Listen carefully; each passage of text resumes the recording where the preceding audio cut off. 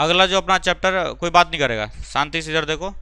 अगला चैप्टर है pair of linear equations in two variables. नाम से पता चल रहा है क्या है सर, लीनियर इक्वेशन है। लीनियर इक्वेशन का मतलब क्या होता है, जिसकी डिग्री 1 हो, डिग्री 1। ठीक है, लीनियर इक्वेशन का मतलब होता है ऐसे इक्वेशन जिसकी डिग्री 1 हो, डिग्री 1 है। और टू वेरिएबल्स हैं सर, यहाँ पे दो वेरिएबल, मतलब एक्स और वाई आएगा, या तो वाई जेड आएगा, मतलब दो अलग अलग तरीके के वेरिएबल्स आने वाले हैं। और पेयर का मतलब क्या होता है, टू इक्वेशंस, दो इक्वेशन बनेगा। क्योंकि हमको पता है सर, हमें पता है, हम लोगों को एक बात पता है इसमें क्या, दो इक्वेशंस होंगे, डिग्री 1 है, दो वेरिएबल्स होंगे। हम लोगों को एक बात पता है बचपन से सर, जितने भी वेरिएबल्स होते हैं उतने मिनिमम उतने नंबर ऑफ इक्वेशंस बनने चाहिए। जितने वेरिएबल्स होते हैं उतने ही मिनिमम इक्वेशंस होने चाहिए, तभी यूनिक सॉल्यूशन मिलेगा हमको। समझ आती है?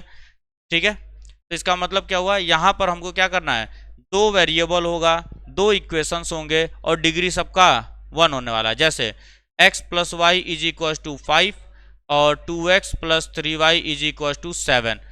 यहाँ पर देखो ध्यान से क्या हुआ सर, एक वेरिएबल दो वेरिएबल, ठीक है, दोनों पे डिग्री कितना है 1 1 का, पावर कितना है 1 1 है, और दो इक्वेशंस है, एक इक्वेशन ये है, एक इक्वेशन ये इस पूरे चैप्टर का नाम है pair of linear equations in two variables. सही। अब हमें यहाँ पे क्या करना होता है, कुछ नहीं, बस x और y की वैल्यू निकालनी है। x और y की वैल्यू निकालनी होती है। x और y की वैल्यू निकालने के लिए हमारे पास तीन मेथड हमारे सिलेबस में दिए गए हैं। सबसे पहला मेथड होता है ग्राफिकल मेथड, सबसे पहला मेथड होगा ग्राफिकल मेथड,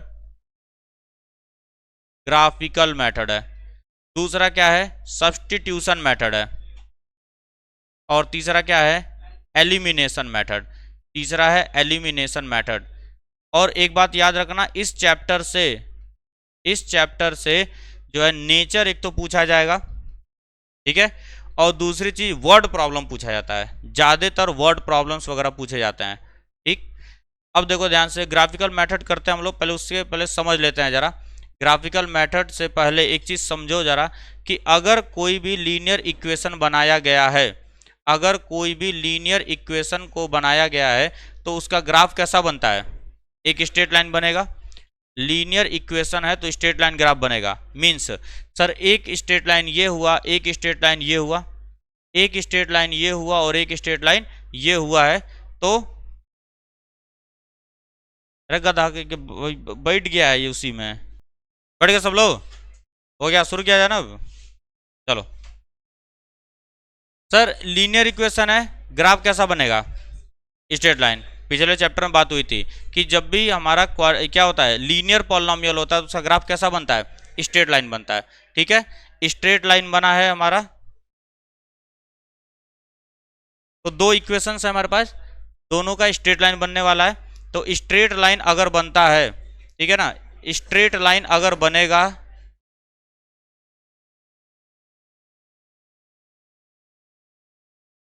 दो स्ट्रेट लाइन से हमारे पास क्या क्या पॉसिबिलिटी हो सकती हैं, दो स्ट्रेट लाइन से क्या क्या पॉसिबिलिटी हो सकती है, कभी ना मीट करे, एक बार मीट करे और मीट करता ही रहे, तीन पॉसिबिलिटी हो सकती है कि नहीं।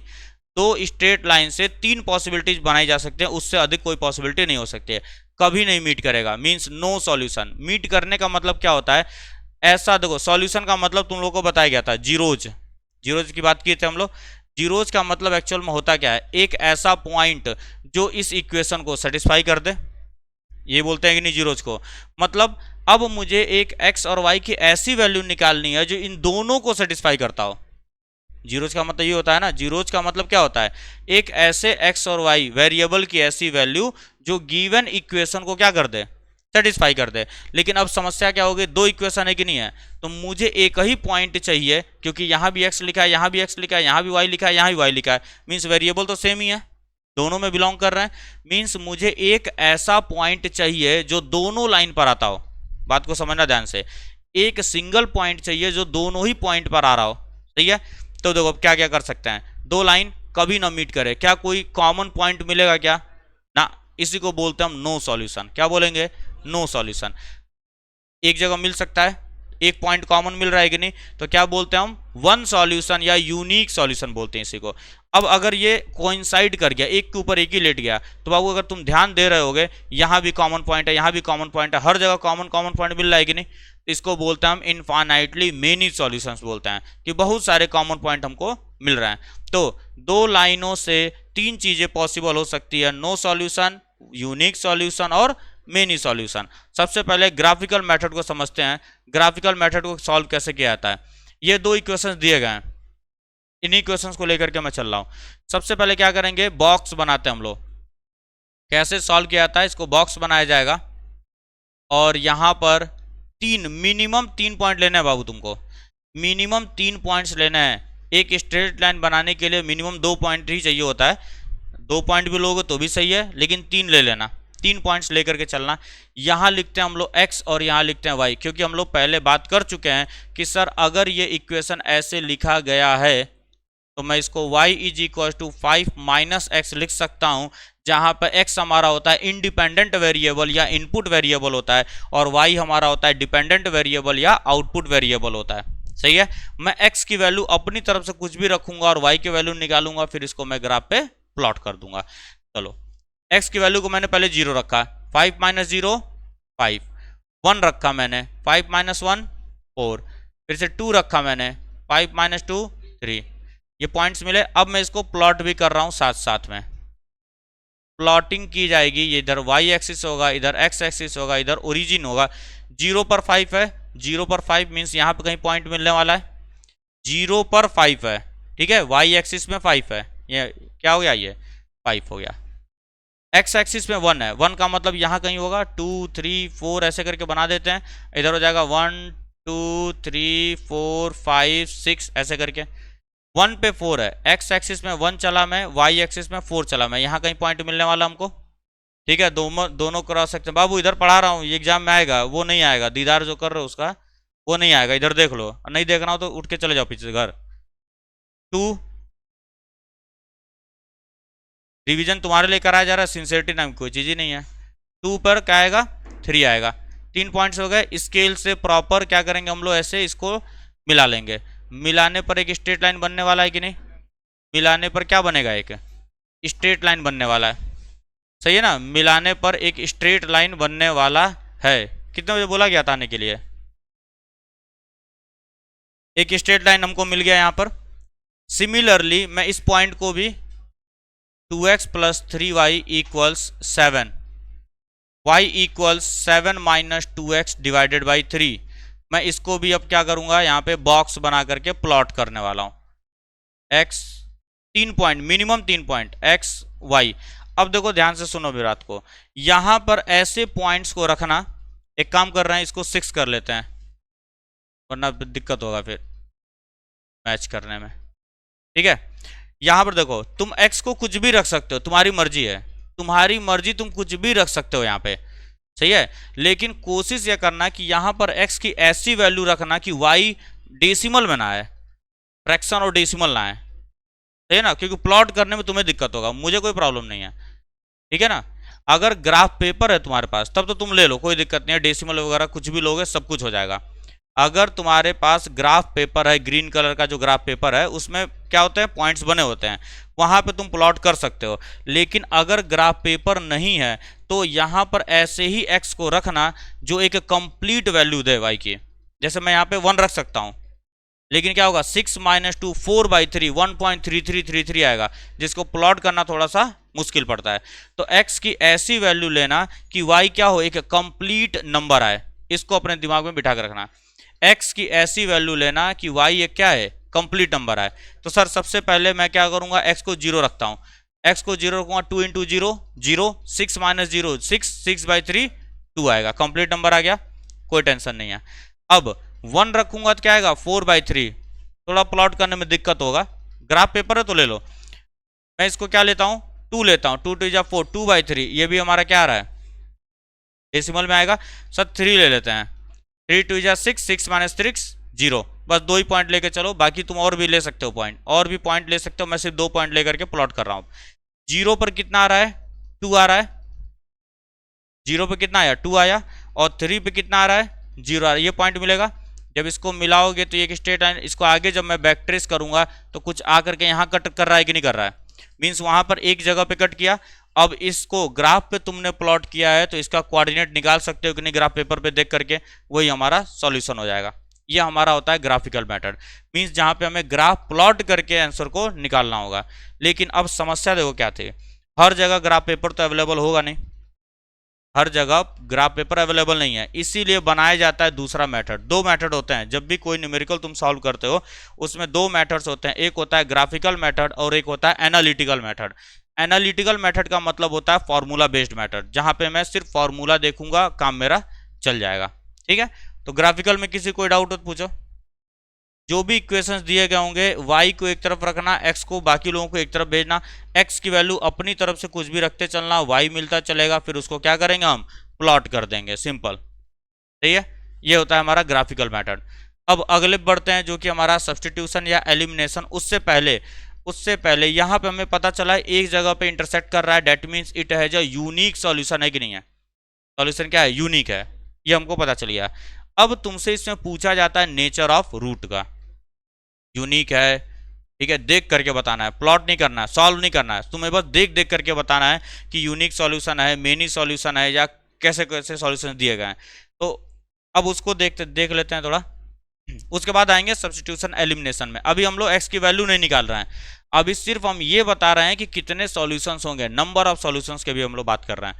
तो अब देखो क्या होगा कि कोई भी लीनियर इक्वेशन जो है, पेयर ऑफ लीनियर इक्वेशन जो है हमारा, उसका जो जनरल फॉर्मेट होता है वो क्या होता है, जनरल फॉर्मेट जो होता है, जनरल फॉर्मेट जो होगा ना बाबू, वो होने वाला है a1x plus b1y plus c1 equals 0 and a2x plus b2y plus c2 equals 0। ये हमारा क्या हो गया, जनरल फॉर्मेट है ये हमारा। कौन सा फॉर्मेट है, जनरल फॉर्मेट है, मतलब जितने भी इक्वेशंस बनेंगे लीनियर इक्वेशन टू वेरिएबल और पेयर में, वो इसी फॉर्मेट में ही लिखे जाते हैं। पिछला वाला भी लिखा था इसी फॉर्मेट में था। अब देख करके तुम कैसे बताओगे, तो हम लोग क्या करते हैं, कोफिशिएंट्स को देखते हैं। अगर कोफिशिएंट्स का रेशियो देखा जाता है, वो आता कैसे है, पहले ही बता चुका हूं, रिवीजन होगा तो फिर बताया जाएगा, अभी उतना समय नहीं है। कैसे रेशियोज को लिया जाता है, कैसे देखा जाता है, वो सारी बातें बता दी गई थी, अभी सिर्फ याद रखो। a1/a2 is not equal to b1/b2, तो क्या होता है, अगर a1/a2 बराबर नहीं है b1/b2 के, तो क्या बनता है, यूनिक सॉल्यूशन बनता है। यूनिक का मतलब 1, यूनिक सॉल्यूशन। और इसी को हम लोग क्या बोलते हैं, कंसिस्टेंट भी बोलते हैं। कंसिस्टेंट दो तरह से सॉल्यूशन होता है, कंसिस्टेंट, इनकंसिस्टेंट, सारी बातें बताई गई थी पहले। a1/a2 is equal to b1/b2 is not equal to c1/c2 का मतलब पैरेलल होगा, मीन्स नो सॉल्यूशन, कोई सॉल्यूशन नहीं होने वाला है, नो सॉल्यूशन, नो सॉल्यूशन। और इसको हम लोग क्या बोलते हैं, इनकंसिस्टेंट बोलते हैं। क्या बोलेंगे इसको, इनकंसिस्टेंट। तीसरी चीज होती है जब तीनों रेशियोज आपस में बराबर हो जाएं। इसका तीनों बराबर हो गए ना, तो मेनी सॉल्यूशन, तीनों बराबर हो गए तो क्या हो जाएगा, many solution, many solution consistent, many solution consistent. क्या हुआ, गड़बड़ हुआ क्या कहीं, क्या चीज, अरे भाई जब तीनों एक के ऊपर एक लेट चुका है ना, तो मेनी सॉल्यूशन। यहाँ पे क्या है, स्लोप सिर्फ बराबर है, ठीक है, और यहाँ पे ये दोनों बराबर नहीं है, डेट मीन्स हमारा क्या हो जाएगा, यूनिक सॉल्यूशन होने वाला है। ठीक है, स्लोप बराबर का मतलब क्या हुआ, a1/a2 b1/b2 बताया था ना डिराइव करके, स्लोप बराबर हो गया। स्लोप बराबर होने का मतलब क्या होता है, पैरेलल लाइंस हो गई हैं, और पैरेलल लाइन का ही मतलब क्या होता है, नो सॉल्यूशन। इसी को हम लोग ये भी बोल सकते हैं इंटरसेक्टिंग लाइंस, इसको क्या बोल सकते हैं, इंटरसेक्टिंग लाइंस। इसको क्या बोलते हैं, पैरेलल लाइंस, पैरेलल लाइंस। और इसी को क्या बोला जाता है, कोइंसिडेंट लाइंस, कोइंसाइड कर गई है, कोइंसिडेंट लाइंस। अब देखो बाबू सुनो ध्यान से, सवाल इसमें जो पूछा जाता है, अब इस पर देखो क्वेश्चंस जो पूछे जाते हैं वो तुमसे बोर्ड में ये डायरेक्ट इक्वेशन लिख करके दे करके ये नहीं पूछेगा। क्वेश्चन में पूछता है फाइंड द वैल्यू ऑफ के। ठीक है, जैसे मान लो एक क्वेश्चन पूछा find the value of K, find the value of K for which given equation is, या given equation has no solution. Suppose करो नो सॉल्यूशन बोल रहा है कि सॉल्यूशन नहीं है, और इक्वेशन क्या दिया गया है 2x + 3y = 5 और दिया गया है kx + 6y = 7, ऐसा दिया गया है। इक्वेशन ये बना करके दिया गया तुमको, सही है। इक्वेशन ये बना के दिया गया, बोला जा रहा है k की वैल्यू बताओ जब गिवन पेयर ऑफ इक्वेशन के पास नो सॉल्यूशन हो, कोई सॉल्यूशन ना हो। सर हमको पता है नो सॉल्यूशन होगा तो तीनों का जो रेशियो है ये रिलेशन फॉलो करता है। ठीक है, तो मैं साफ लिखूंगा, पहले इसके नीचे लिखते हैं हम लोग ऑन कंपेयरिंग विद, ये पूरा इक्वेशन लिखोगे तुम, a1 की वैल्यू 2, b1 की वैल्यू 3। ठीक है, a1 की वैल्यू 2, b1 की वैल्यू 3, c1 की वैल्यू क्या हो जाएगी, इसको इधर लाएंगे तो -5 हो जाएगा क्योंकि c1 इधर होता है, 0 उस साइड में होता है, इसको इधर लेकर के आ जाएंगे। a2 की वैल्यू है k, b2 की वैल्यू है 6 और c2 की वैल्यू क्या है -7 है। हमें पता है नो सॉल्यूशन के लिए सर ये रेशियो फॉलो करता है, मैं वैल्यूज को उठाकर रखूंगा 2/k = 3/6 नॉट इक्वल्स -5/-7।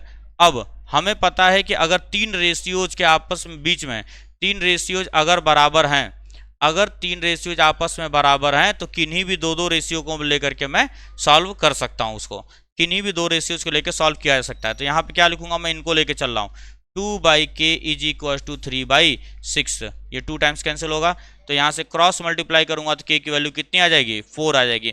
मतलब k की वैल्यू को अगर मैं 4 रख देता हूँ तो ये जो इक्वेशन बनाया गया है, अगर k की वैल्यू को 4 रख देता हूँ तो ये जो इक्वेशन बना हुआ है हमारा क्या हो जाएगा, नो सॉल्यूशन हो जाएगा। बात समझ आ रही है। ऐसे क्वेश्चंस बोर्ड में पूछे जाते हैं। कोई डाउट है यहाँ पर, ये रटा हुआ होना चाहिए, पहले बताया जा चुका, लिखने की कोई जरूरत नहीं है क्योंकि सब कुछ पहले लिखवाया गया है तुमको, सिर्फ रिवीजन कराया जा रहा है, तो लिखो मत यहाँ बैठ करके, आप समझो सिर्फ a1/a2 b1/b2 इनका रेशियोज को कंपेयर करके हम लोग ऐसे निकाल सकते हैं। कोई डाउट है इसमें? कल को हो सकता है क्वेश्चन पूछ ले यूनिक सॉल्यूशन कब होगा, तो क्या कर देंगे a1/a2 not equal to b1/b2, मतलब k is not equal to 4, मतलब k 4 नहीं होना चाहिए, 4 के अलावा कुछ भी हो जाए, k नॉट इक्वल टू 4। अगर मान लो इसी क्वेश्चन में तुमसे कह देता कि बाबू बताओ यूनिक सॉल्यूशन होने के लिए क्या कंडीशन है, यही सेम क्वेश्चन है, यहां लिख दिया यूनिक सॉल्यूशन, तो क्या करेंगे हम a1/a2 means 2/k is not equal to b1/b2 means 3/6, again cancel out करूंगा 1/2 means k is not equal to 4। Sir k 4 नहीं होना चाहिए, बाकी कुछ भी हो सेटिस्फाई करेगा कंडीशन को, k 4 नहीं होना चाहिए बस। बात समझ आ रहा है। तो ये मत टेंशन में रहना कि यहाँ इक्वलिटी इनइक्वलिटी का साइन लगाया गया है, नॉट इक्वल टू तो सॉल्व ही नहीं होगा। ये सबसे बड़ा भ्रम होता है कि अगर यहाँ नॉट इक्वल टू लिखा गया तो बच्चे कहते हैं सर सॉल्व ही नहीं हो पाएगा। क्यों नहीं होगा सॉल्व, के नॉट इक्वल टू 4 है, के 4 के बराबर नहीं है, और भी तो नंबर है धरती पे, किसी 4 ही एक नंबर, के 5 हो सकता है, 3 हो सकता है, 1 हो सकता है, 2 हो जाएगा, 10 12 14 जो भी हो सब लोग, बस 4 नहीं होना चाहिए, के की वैल्यू 4 नहीं होगी। यहाँ तो कोई डाउट? सही है। अब अपने सेकेंड मेथड चलते हैं। अभी तक हम लोगों ने क्या पढ़ा, सिर्फ कितने नंबर ऑफ सॉल्यूशंस हैं। अब मैं सॉल्यूशन निकालने जा रहा हूँ कि सॉल्यूशन होगा क्या, सही है ना। अब हम लोग निकालने चलेंगे सॉल्यूशन होगा क्या। तो दो मेथड्स आते हैं हमारे पास, सब्स्टिट्यूशन मेथड और एक आता है एलिमिनेशन मेथड। ठीक है, पहले क्रॉस मल्टीप्लीकेशन भी था लेकिन उसको क्या कर दिया गया, हटा दिया गया सिलेबस से। क्रॉस मल्टीप्लीकेशन क्या करता था, वो एक लाइन में आंसर निकाल करके देता था, उसको हटाया गया है। तो सबसे पहला मेथड है हमारा एलिमिनेशन और सब्स्टिट्यूशन, दोनों ही पढ़ लेंगे, सब्स्टिट्यूशन मेथड और elimination method. Substitution and elimination, substitution and elimination method, इसको पढ़ लेते हैं हम लोग। इसका मतलब क्या होता है, देखो ये मेथड है to find the value of variable. अभी तक हम लोग वैल्यू को फाइंड नहीं कर रहे थे, हम लोग क्या कर रहे थे, सिर्फ क्या निकाल रहे थे हम लोग, सिर्फ हम नंबर ऑफ सॉल्यूशंस को निकाल लेते, यूनिक है, मेनी है, इनफाइनाइट है, जो भी है वो सारी चीज निकालते थे। अब हम लोग क्या करेंगे, वैल्यू को निकालने वाले हैं। ठीक है, एक क्वेश्चन देख लेते हैं। 3x वाई इक्वल्स 3 एंड ये नहीं लेते हैं 7x, थोड़ा बढ़िया लेते हैं ताकि समझ में आ जाए, सिंपल रहेगा तो हो नहीं पाएगा। 7x minus 15y equals 2 and x plus 2y equals 3। हमें ये दो क्वेश्चन दिए गए हैं। देखो क्वेश्चन को समझना कैसे है तुमको कि किस चैप्टर का क्वेश्चन है। जैसे ही x और y एक साथ दिख जाए समझ जाना कि किसका है, पेयर है ना, दो पेयर में दिया गया, pair of linear equation in to variable. और इसमें क्या होता है, सबसे पहले नेचर की बात करते हैं हम लोग कि कितने नंबर ऑफ जीरोज होंगे। उसके बाद से अगर तुमसे बोल दे सॉल्व, क्वेश्चन देखो कैसे बोलेगा, सॉल्व, ठीक है, सिर्फ लिखेगा सॉल्व या लिखेगा find the value of X and Y. जब भी वैल्यू की बात करने लगे तो समझ जाना एलिमिनेशन या सब्स्टिट्यूशन मेथड लगाना है, ठीक है। और अगर सिर्फ ये पूछे find the nature of the zeros या find the number of the zeros, number की बात करेगा तो पिछला कॉन्सेप्ट, ठीक है। रेशियोज को हम लोग क्या करेंगे, इक्वेट करके, रेशियोज का रिलेशन देख करके हम लोग वहां पे बता सकते हैं। ध्यान से सुनो बात को। सर ये दो इक्वेशन दिए गए हैं, pair of linear equation two variable, और क्वेश्चन में बोला गया है solve for X and Y, X और वाई की वैल्यू निकाल करके बताओ। सबसे पहले सब्स्टिट्यूशन चलते हैं। सब्स्टिट्यूशन का नाम ही बता रहा है, सब्स्टिट्यूट करो। सब्स्टिट्यूट करने का मतलब क्या होता है, रखो ले जा करके। जैसे तुम्हारे स्कूल में कोई टीचर, बार बार एग्जांपल देता हूं ताकि याद रहे, तुम्हारे स्कूल में मान लो मैथ्स के टीचर एब्सेंट हैं, ठीक है, तो उनकी जगह पे किसी न किसी एक टीचर को सब्स्टिट्यूट पे लगाया जाता है, सब्स्टिट्यूशन जिसको बोलते हैं हम लोग, कि सब्स्टिट्यूट में टीचर आए हुए हैं, मतलब उनकी जगह पर कोई टीचर आया हुआ है ताकि क्लास में शोर ना हो, वही चीज होता है सब्स्टिट्यूशन। केमिस्ट्री में पढ़ाया गया होगा सब्स्टिट्यूशन रिएक्शन, जब एक एलिमेंट दूसरे एलिमेंट को सरका के उसकी जगह पे जाकर के बैठ जाता है, डिस्प्लेसमेंट है, सब्स्टिट्यूशन उसी को बोला जाता है, ठीक है ना। तो सब्स्टिट्यूशन का मतलब क्या होता है कि कोई अगर कहीं पर नहीं है उसकी जगह पर जाकर के बैठाया जा रहा है। मतलब यहाँ पे समझो बात को क्या है, मैं सर क्या करूंगा, एक वेरिएबल को ले जाकर के दूसरी जगह पे बैठाऊंगा। सब्स्टिट्यूट करने का मतलब यही होता है। अब तुम्हारी मर्जी है, तुम चाहे एक्स की वैल्यू निकाल लो चाहे वाई की वैल्यू निकाल लो, समझ आ रही बात। हमेशा उस वेरिएबल की वैल्यू को निकालना जो थोड़ा सा छोटा रहे, आसान रहे सॉल्व करने में, बड़े वाले को मत निकालना। यहाँ पे तुम किसी को निकालो क्योंकि दोनों ही अजीब ही नंबर लिखा है 7 और 15, तो यहाँ से मैं इसको सॉल्व करूंगा। On solving 7x minus 15y equals 2, क्या मिलेगा, 7x इक्वल्स 2 प्लस 15y, इसको उधर भेज दिया। x की वैल्यू क्या हो जाएगी, 2 प्लस 15y डिवाइडेड बाई 7, ठीक है, हट बे, सही है। अब यहां से मैंने देखो एक काम ध्यान से सुनना, जिस भी इक्वेशन से तुम वेरिएबल की वैल्यू निकालते हो दूसरे में ले आकर के पुट करेंगे। बताया था ना, गाय का दूध निकालेंगे तो गाय को ही नहीं पिला देंगे। जिस इक्वेशन से तुमने वेरिएबल की वैल्यू निकाली अब उसी को मत पिला देना, ले जाकर के दूसरे को दिया जाएगा। बात कर लो, पहले बात कर लो, हाल चल ले लो उसका पूरा अच्छे से, बढ़िया से एकदम लिख लो लिखित में। इसको जब सॉल्व करोगे तुम क्या होगा, 15y इधर भेजेंगे, 2 प्लस 15y हो गया, 7 को इधर, मीन्स देखो पहले इक्वेशन से किसी एक वेरिएबल की वैल्यू निकालो, तुम्हारी मर्जी है, तुम x की निकालो चाहे y की वैल्यू निकालो। वैल्यू निकालने का मतलब क्या होता है, उस वेरिएबल को एक तरफ रख दो, बाकी सबको इक्वल के दूसरी साइड फेंको, ठीक है। यहां से मुझे फर्स्ट इक्वेशन से मैंने x की वैल्यू निकाली, अब गाय का दूध मैंने गाय से निकाला तो अब इंसान को पिलाया जाएगा, न कि उसी को पिला दें। अब इसकी वैल्यू को उठा करके मैं कहां रखूंगा, इस वाले में रखूंगा। तो क्या बोलते हैं, on substituting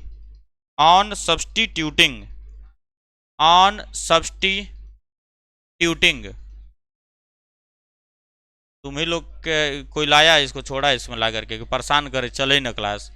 on substituting x equals 2 plus 15y by 7 in equation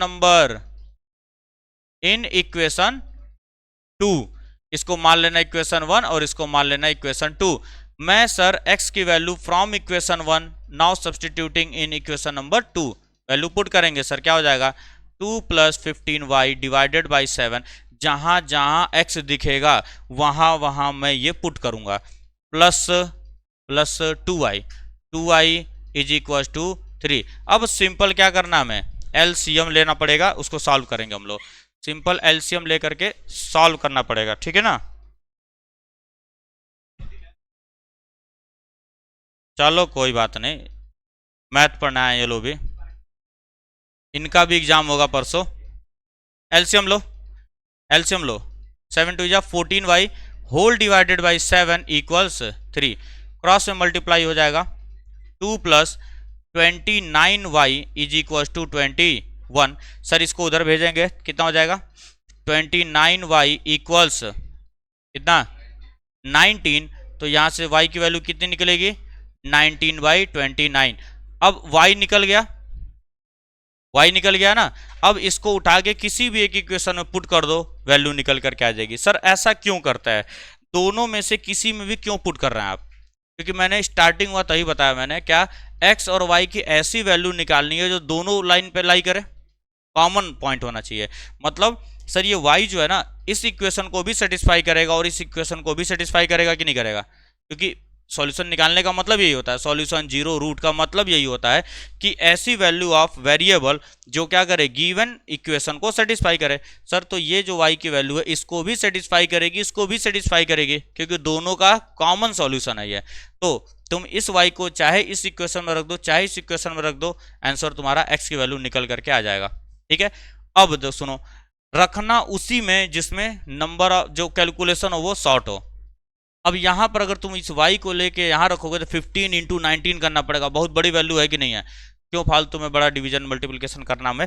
हम क्या करेंगे, इसको उठा करके छोटे वाले इक्वेशन में रखेंगे, 2 से गुणा करना आसान होता है कंपेयर टू 15 से गुणा करना।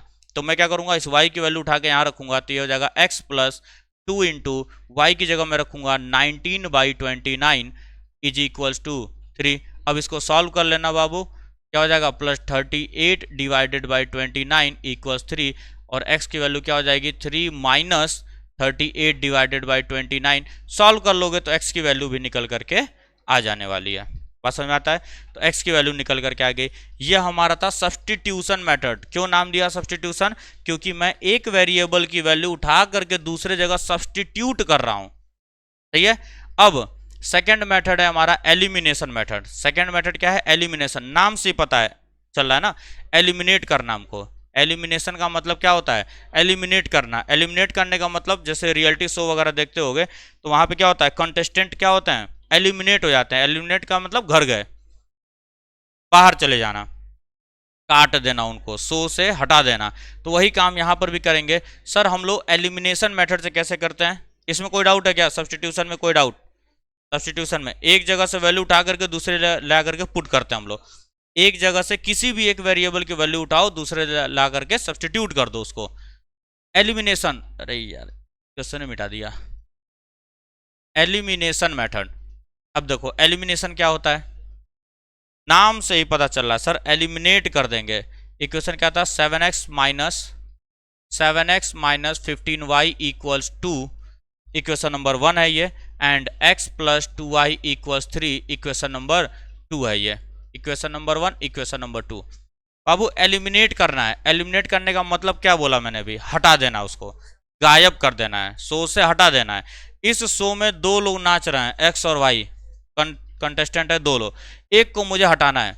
अब एक चीज बताओ, मैथ्स में हटाने का मतलब क्या हो गया, घटाना। मैथ्स में हटाने का मतलब क्या हो गया, घटाना होता है, सबट्रैक्शन, ठीक है ना। मैथ्स में किसी चीज को अगर तुमको हटा देना है, एलिमिनेट करना है, इसका मतलब सबट्रैक्ट करना है। अब एक चीज और अब बचपन से पढ़े हैं कि सर 2 सिमिलर या सेम क्वांटिटीज का ही सबट्रैक्शन 0 होता है कि नहीं, 2 बराबर जो संख्याएं होंगी उन्हीं का सबट्रैक्शन 0 होता है। अरे 2 - 2 0 होता है, 3 - 3 0 होता है, 5 - 5 0 होता है, बात समझ में आती है। 2 सेम क्वांटिटीज होंगी तो मैं सबट्रैक्ट करूंगा तो 0 आने वाली है, इतनी बात समझ में आ रहा है। तो सर एलिमिनेट करना है मुझे, यहां से एक वेरिएबल को भगाना है। अब खुद सोचो मैंने क्या बोला, एलिमिनेट करने का मतलब सबट्रैक्शन है, एलिमिनेट करने का मतलब सबट्रैक्ट कर दो, हटा दो, घटा दो, जो बोलो, सही। और ये भी मुझे पता है कि सर अगर सेम क्वांटिटी होगी तभी 0 होने वाला है। जैसे अभी मान लो फिलहाल मैं सबट्रैक्ट करूंगा, अगर इन दोनों को सबट्रैक्ट करूंगा, 7x माइनस x कितना हो जाएगा, 6x हो जाएगा। 15 में से 2 सबट्रैक्ट करेंगे तो -17 हो जाएगा। क्यों, क्योंकि ये माइनस है ना, माइनस माइनस प्लस, तो -17 हो गया। क्या हटा, हटा है वो नहीं सर, अभी भी एक्स और वाई बचा है कि नहीं बचा है। तो एलिमिनेशन में सबसे पहले हम क्या करते हैं, किसी भी एक का कोफिशिएंट हम क्या करते हैं, बराबर करते हैं। किसी भी एक वेरिएबल का कोफिशिएंट बराबर करो, क्योंकि हमको पता है सर जब तक सेम क्वांटिटी नहीं होगी तब तक सब्ट्रैक्शन जीरो होने वाला नहीं है। तो दोनों में से किसी एक को मैं बराबर करूंगा, ठीक है। अब बराबर उसको करना, बार बार मैं बोल रहा हूं, मैथ देखो, मैथ ना बहुत भारी सब्जेक्ट नहीं है, आलस का सब्जेक्ट है ये सब। जितना तुम कम काम करके ज्यादा आउटपुट ला पाओ, बात समझ आ रही ना। हमेशा क्या करो, आलस करो, उसमें बीच का रास्ता निकालो, भागो यहां से। तो मैं हमेशा कैलकुलेशंस को अवॉइड करूंगा, अगर कहीं पर हैवी कैलकुलेशन है मैं उसको अवॉइड करूंगा। अब ध्यान से सुनना सर, यहां पे x को अगर मैं 7 से गुणा कर दूं तो 7x हो जाएगा इजीली, आराम से, आसान पड़ रहा है। लेकिन मैंने कहा कि भाई y को भी देख लो, क्या पता और आसान हो कुछ। जब y को तुम गए यहां पे करने, तो सर यहां 15 लिखा है, यहां 2 लिखा है, ये इवन नंबर है, ये ऑड नंबर है, इसका मतलब एलसीएम लेना पड़ेगा सर हमें। एलसीएम मल्टीपल देखते हैं हम लोग, तो सर यहाँ 15 से मल्टीप्लाई करना पड़ेगा और यहाँ से 2 से, तभी 30 होगा कि नहीं होगा, तभी क्या होगा 30 होने वाला है। यहाँ 15 से यहाँ 2 से 30 तभी होगा। अब बताओ जरा, y को बराबर करने के लिए मुझे दोनों इक्वेशन मल्टीप्लाई करना पड़ेगा कि नहीं, इसमें 2 से इसमें 15 से, इसमें 2 से इसमें 15 से, दिक्कत है कि नहीं है, डबल मेहनत लग रहा है। लेकिन x को बराबर करने के लिए सिंपल इक्वेशन 2 में 7 से मल्टीप्लाई कर दो, आसान पड़ रहा है। आसान वाला रास्ता हमेशा चुनेंगे हम लोग। तो क्या करेंगे सर, ठीक है, इक्वेशन 2 में मल्टीप्लाई करेंगे 7 का और सब्ट्रैक्ट कर देंगे इक्वेशन 1 को, कोई दिक्कत। इक्वेशन 2 में 7 का क्यों मल्टीप्लाई कर रहे हैं पता चला कि नहीं, क्योंकि हमें एलिमिनेट करना है, सब्ट्रैक्ट करना है, जीरो लाना है। तो जब तक वैल्यू बराबर नहीं होगी बाबू तब तक जीरो आने वाला नहीं है। तो हम लोग क्या करते हैं, मल्टीप्लाई करके उसको जीरो बनाते हैं, मतलब सेम करते हैं ताकि जीरो आ जाए। सर इक्वेशन 2 में 7 का गुणा करना है, सर इक्वेशन 2 ये है पहले। और याद रखना, जब भी कटेगा, वो क्या था, कद्दू कटेगा सब में बटेगा ना, वही चीज है, जब भी मल्टीप्लाई होगा सब में मल्टीप्लाई होगा। तो 7x plus 7 14y is equal to 21। अब क्या लगाया गया, माइनस का साइन लगाया गया, और इस इक्वेशन को, तो इस इक्वेशन को नीचे लिखोगे यहाँ पे, -15y is equal to 2, minus sign reverse हो जाता है, क्यों होता है ये भी बात हो चुकी थी, बाद में फिर बात होगी। 29y is equal to 19, y की वैल्यू क्या आ गई सर, 19/29। अगर याद हो तो यही वैल्यू पहले भी निकाली गई थी, y की वैल्यू 19/29, ठीक है। अब इसकी वैल्यू उठा के किसी भी एक इक्वेशन में लाके पुट कर दो, x की वैल्यू निकल जाएगी। क्यों निकल जाएगी फिर बता रहा हूं, क्योंकि ये वाला जो सॉल्यूशन है इन दोनों का कॉमन सॉल्यूशन है, इस इक्वेशन को भी सेटिस्फाई करेगा, इस इक्वेशन को भी सेटिस्फाई करेगा, क्योंकि जीरो रूट सॉल्यूशन का मतलब यही होता है, ऐसा वैल्यू ऑफ वेरिएबल जो गिवन इक्वेशन को सेटिस्फाई करता हो। तो ये हमारा हो गया सब्स्टिट्यूशन एलिमिनेशन मेथड, दोनों खत्म, ठीक है। इससे बाहर इस चैप्टर में और कुछ नहीं पूछा जाता है। वर्ड प्रॉब्लम्स होते हैं, तो एक वर्ड प्रॉब्लम भी देख लेते हैं, एज पर बेस्ड। एज पर बेस्ड एक वर्ड प्रॉब्लम देख लिया जाए। ये नई बुक है, पुरानी है, नहीं है ना, ठीक है। एक क्वेश्चन दिया गया है, वो जैकब वाला, उसको देखें, कोई और क्वेश्चन।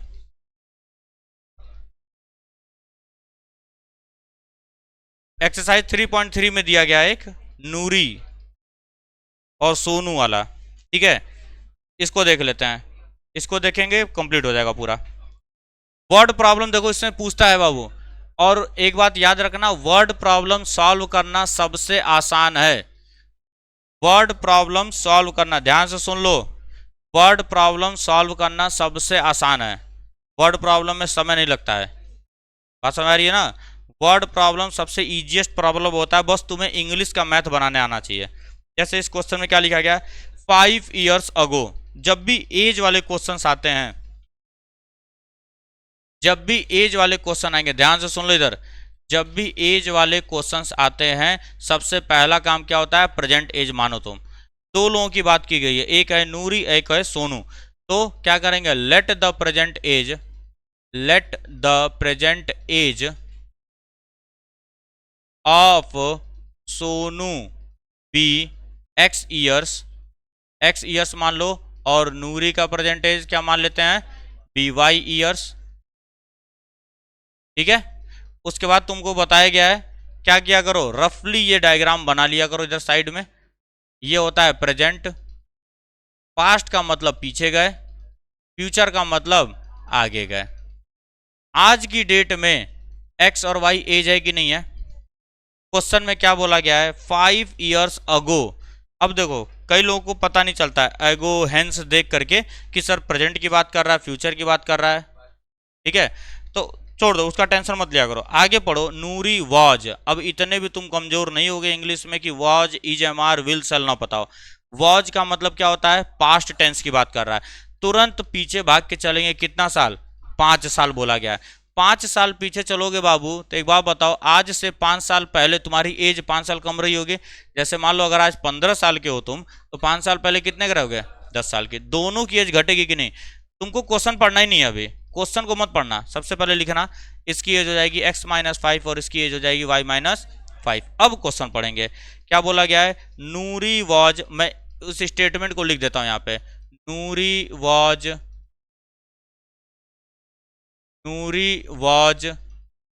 क्या बोला गया है? Thrice as old as Sonu. Thrice as old as Sonu, ये बोला गया है कि नहीं? यही बोला गया है पहला स्टेटमेंट है। 5 साल पहले का कंडीशन दिया गया, Noori was thrice as old as Sonu.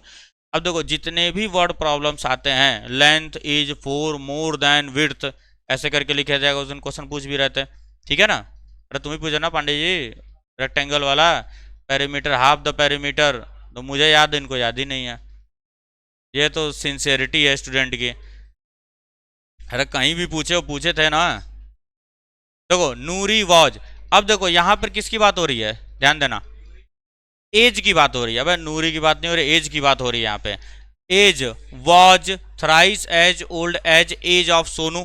ठीक है, तो बाबू 5 साल पहले सोनू का एक्स माना गया, तो ये सोनू का ऊपर लिखा गया और नूरी का नीचे लिखा गया। तो नूरी वॉज, ठीक है, यहां देखो इसकी एज कितनी थी? इसका मैथ बना रहा हूं मैं, y-5। Is am are was were will shall be become, इन सब का मतलब मैथ में इक्वल होता है। इक्वल होता है मैथ में। इज एम आर के सारे रूप हैं, ये इज एम आर के तो सारे रूप हैं। फ्यूचर में विल सेल बोला जाता है, पास्ट में वॉज वर बोला जाता है, इज एम आर के ही सारे रूप हैं। ठीक है, वॉज का मतलब इक्वल टू, थ्राइस का मतलब क्या होता है? 3 टाइम्स, ट्वाइस का मतलब होता है 2 टाइम्स। ठीक है ना, थ्राइस का मतलब हो गया 3 टाइम्स, टाइम्स का मतलब होता है multiply. 3 times age of Sonu, Sonu की एज कितनी है? x-5 है। बोलो कितना जटिल है इक्वेशन बनाना।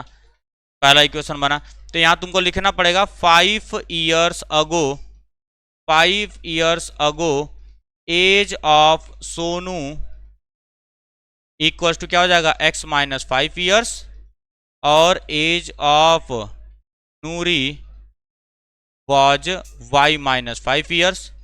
दोनों के एजेज घटेंगे, देयरफॉर क्या हो जाएगा? According to question y-5 equals 3x-5। इसको सिंप्लीफाई करोगे बालक तो क्या आएगा? y-5 is equal to 3x-15, और उधर भेजोगे तो आएगा 3x-y इज इक्वल टू, क्या कर लेंगे? उधर भेजा गया ना, इसको उधर भेजा तो y हुआ, तो इधर प्लस का 10 इज इक्वल टू 0 होने वाला है। ये पहला इक्वेशन ये बन गया हमारा। सेकंड क्राइटेरिया कंडीशन क्या दिया गया? 10 years लेटर, जब भी क्वेश्चन में 5 year हैंस 10 year लेटर ये वर्ड जब भी लिखेगा, आज से बात करता है ये हमेशा, क्योंकि ये कोई कहानी नहीं बता रहा है ये। जैसे मान लो मैं खड़ा होकर के तुमसे बोल रहा हूँ 5 साल पहले नूरी की एज 5 गुना थी, 10 साल बाद, तो मतलब मैं प्रेजेंट में तो बोल रहा हूं तुमसे, तो हमेशा एज को कहां से लेंगे? प्रेजेंट से ही लेते हैं। हमेशा एज को कहां से लिया जाएगा? प्रेजेंट से लिया जाएगा। वापस से तुम भाग करके प्रेजेंट में आओगे, अब कितना? 10 साल आगे जाना, हमें 10 साल आगे जाना है, तो दोनों का एज बढ़ेगा कि नहीं? दोनों का एज 10-10 साल बढ़ेगा। यहां लिखोगे तुम 10 years hence age of Sonu, Sonu का एज कितना हो जाएगा बालक? x+10 years हो जाएगा, x+10 years, और एज ऑफ नूरी कितना हो जाएगा? y+10 years हो जाएगा। अब वापस से क्राइटेरिया चलते हैं। क्या क्राइटेरिया दी गई हमको? नूरी विल बी, क्या बोला गया है? Noori will be twice as old as Sonu, twice as old as Sonu, Sonu से ट्वाइस हो जाएगी है, ठीक है। 10 साल बाद, 10 साल बाद नूरी की एज कितनी है, नूरी की एज कितनी है, वाई प्लस 10 है। Will, shall, is, am, are, was, were का सबका मतलब होता है इक्वल, ट्वाइस का मतलब होता है double, as old as Sonu का मतलब एक्स प्लस 10। एक क्वेश्चन बना। बोलो कितना जटिल है ये बनाना, कितना जटिल है ये सब बनाना तुमको। तो y plus 10 is equal to 2x plus 20, दो इक्वेशन बने हैं, सॉल्व करने तुमको आता है। दो इक्वेशंस है, दो अननोन्स है, तुम चाहे एलिमिनेशन से सॉल्व करो, चाहे ग्राफिकल से सॉल्व करो, चाहे सब्सटीट्यूशन सॉल्व करो, चॉइस इज योर्स, तुमको जिससे मन करे उससे सॉल्व करो, ठीक है। ग्राफिकल से मत करना, पगला जाओगे फिर वहाँ पे। और एलिमिनेशन सबसे आसान पड़ता है, सब्सटीट्यूशन से भी आसान पड़ता है एलिमिनेशन। तो जब भी किसी क्वेश्चन में मेथड का नाम न लिखा गया हो तो चुपचाप एलिमिनेशन सही करके चले आना। जैसे एक क्वेश्चन और देख लेते हैं, ये 2 डिजिट नंबर वाला देख लेते हैं। 2 डिजिट नंबर वाला जो क्वेश्चंस होते हैं वर्ड प्रॉब्लम, इसमें थोड़ी दिक्कत होती है, इसको भी देख लेते हैं। कौन सा बोर्ड, क्वेश्चन बताओ।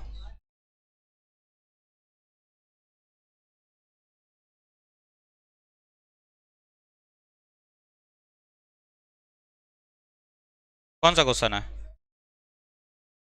कौन सा, ये है नहीं सिलेबस में, हटा दिया गया ना हमारे में। लाओ वही बता दे रहा हूँ तो, अच्छा लाओ उसी दो, उसी कर लेते हैं। क्वेश्चन दिखाओ। चलो एक क्वेश्चन है, places A and B are 100 kilometre apart on a highway, ठीक है। ये क्वेश्चन दिया गया है, places A and B are 100 kilometre apart on a highway, one car starts from A and another from B at the same time. दो places हैं, ध्यान से सुनो, पूरा नहीं लिखूंगा, ध्यान से सुनो यहाँ पे क्या है। दो प्लेसेज हैं हमारे पास, एक ये ए है और एक ये बी है, 100 किलोमीटर अपार्ट है किसी एक हाईवे पर, ठीक है। दो प्लेसेस दिए गए हैं, 100 किलोमीटर अपार्ट है, पुरानी बुक है एनसीईआरटी, उसमें दिया गया है। One car start from A and another from B at the same time, same समय पर एक कार यहां से स्टार्ट होती है और एक कार यहां से स्टार्ट होती है, ठीक है। सेम समय पर दोनों जगह से कार स्टार्ट की गई। If the car travels in same direction at different speeds, बोला गया है अगर दोनों के दोनों कार सेम डायरेक्शन में चलते हैं, सेम डायरेक्शन का मतलब मान लो ये कार इधर चला है तो ये कार भी इसी डायरेक्शन में चला होगा, सबसे पहला कंडीशन लेके चल रहा हम लोग।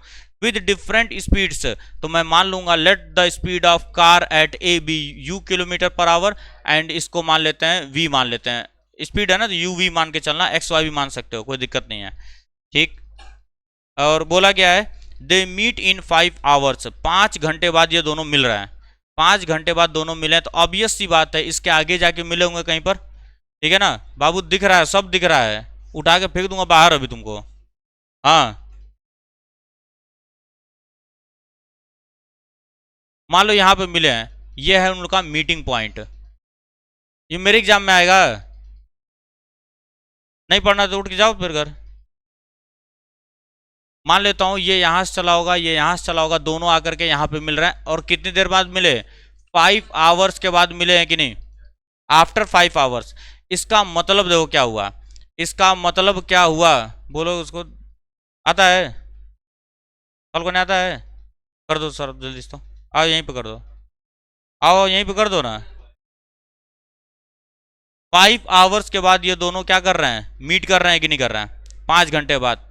आराम से सोचो, ये भी 5 घंटे चला होगा, ये भी 5 घंटे चला होगा कि नहीं गाड़ी, ये भी गाड़ी 5 घंटे चली है, ये भी गाड़ी 5 घंटे चली है। और एक चीज जरा खुद कॉमन सेंस लगा करके सोचो, अगर ये दोनों यहां पर आकर के मीट कर रहे हैं, मिले हैं, इसका मतलब इसकी स्पीड ज्यादा रही होगी, क्योंकि इसको पहले 100 किलोमीटर चलना पड़ेगा फिर जाके कवर करेगा। सपोज करो 50 किलोमीटर है, इसको तो 50 ही चलना पड़ा ना, इसको कितना चलना पड़ा है, 150 किलोमीटर, और मिलने का समय सेम है, 5 घंटे बाद मिले हैं, डेट मीन्स ये ज्यादा चला होगा, स्पीड इसकी ज्यादा होगी, तभी तो सेम टाइम में ज्यादा डिस्टेंस को कवर किया उसने, मतलब स्पीड ज्यादा रही होगी, समझ आ रहा है। तो आंसर जब आएगा तो मन में रखना कि इसका स्पीड ज्यादा आने वाला है और इसका स्पीड कम आने वाला है, इसी तरह से आंसर को क्रॉस चेक किया जाता है। अरे बोर्ड में आंसर शीट नहीं देगा तुमको, लेकिन क्रॉस चेक तो करना पड़ेगा ना कि आंसर हमारा सही आया है कि नहीं आया सही। तो ये कॉमन सेंस है कि सर इसका u जो है हमने जो माना है वो बड़ी वैल्यू आनी चाहिए, अगर नहीं आता है तो मतलब हमारा आंसर गलत आया है। ठीक है, अब देखो ध्यान से समझना इसको। In 5 hours distance travelled by, distance कितना चलेगा ए कितना डिस्टेंस चलेगा, distance travelled by A, travelled by A ना ना ना ना ये सब तो गड़बड़ा दे रहे हो तुम लोग। देखो स्पीड इज इक्वल टू क्या होता है, डिस्टेंस अपॉन टाइम होता है, और डिस्टेंस इज इक्वल टू क्या होता है, स्पीड इनटू टाइम होता है कि नहीं। फॉर्मूला पढ़े हैं सब लोग, distance is equal to speed into time होता है। स्पीड क्या मानी गई है ए की, u, और टाइम कितना 5 ही घंटा में चला है बाबू।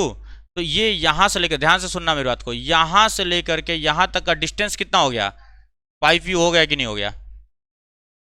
Same case distance travelled by b कितना हो जाएगा, डिस्टेंस क्या होता है स्पीड इनटू टाइम, स्पीड क्या माना गया v, कितने घंटे चला है 5 घंटे 5v, मतलब ये कितना चला है 5v चला है कि नहीं चला है बोलो।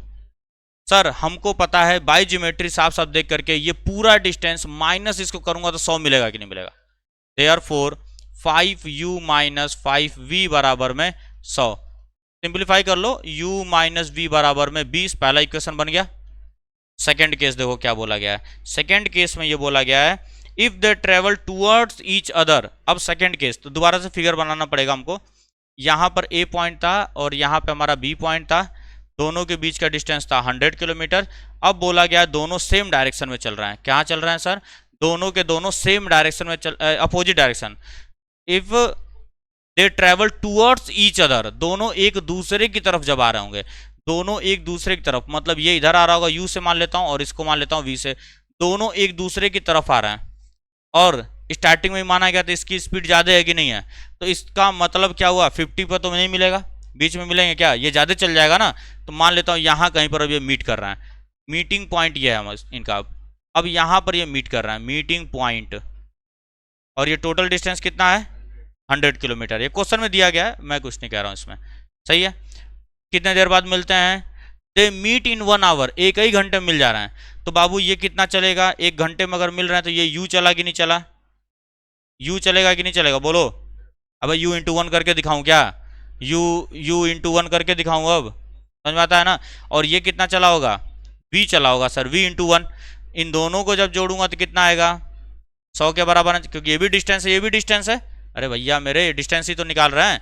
u प्लस v कितना हो जाएगा 100 होने वाला है कि नहीं है, 100 होने वाला है। सेकेंड इक्वेशन, दो इक्वेशन दो अननोन, सॉल्व करने आता होगा, दोनों को बाबू जब मैं जोड़ूंगा तो v से v कट जाएगा, u की वैल्यू 60 आ जाएगी, अरे आएगी, u की वैल्यू 60 किलोमीटर पर आवर आएगा या मीटर पर सेकंड जो भी लिखा गया हो।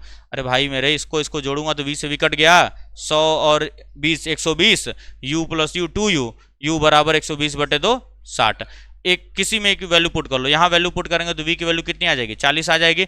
और मैंने शुरू में ही तुमसे बोला था कि u का स्पीड ज्यादा आना चाहिए, अगर ज्यादा नहीं आ रहा है that means your answer is wrong. कोई दिक्कत है, पक्का ना, ठीक है।